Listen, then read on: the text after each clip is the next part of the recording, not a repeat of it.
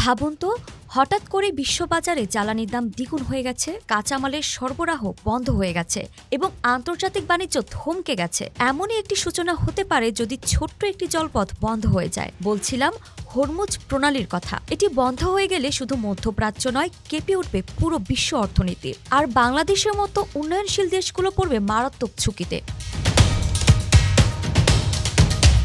Iran ও যুক্তরাষ্ট্রের মধ্যে উত্তেজনা বাড়লে প্রথম যে জায়গাটি নিয়ে আলোচনা হয় তা হল হরমুজ প্রণালী। শুধু তেল নয়, প্রাকৃতিক গ্যাস পরিবহনেও এই পথটি গুরুত্বপূর্ণ।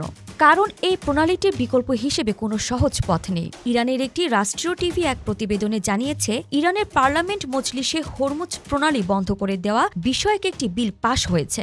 তবে সেখানে উল্লেখ আছে যে এই ইস্যুতে চূড়ান্ত সিদ্ধান্ত দেবেন দেশটির সর্বোচ্চ ধর্মীয় নেতা আয়াতুল্লাহ আলী খামেনি।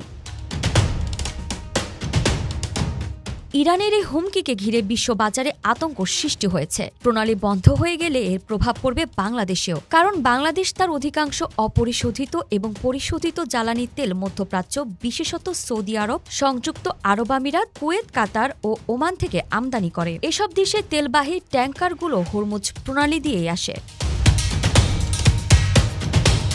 প্রণালী বন্ধ হলে আমদানি থেমে যেতে পারে বা বিকল্প পথে খরচ কয়েক গুণ বেড়ে যাবে। এছাড়াও আমদানিতে বিঘ্ন ঘটলে দেশের ডিজেল, ককটেন, পেট্রোল ও কেরোসিনের দাম হঠাৎ করে বেড়ে যেতে পারে, যার প্রভাব পড়বে বিদ্যুৎ উৎপাদন, পরিবহন, কৃষি ও শিল্প খাতে। বাংলাদেশ খাদ্যশস্য ও সার আমদানির ক্ষেত্রে মধ্যপ্রাচ্য ও আশেপাশের দেশের উপর নির্ভরশীল। হরমুজ বন্ধ হলে এসব আমদানি ঝুঁকির মুখে পড়বে।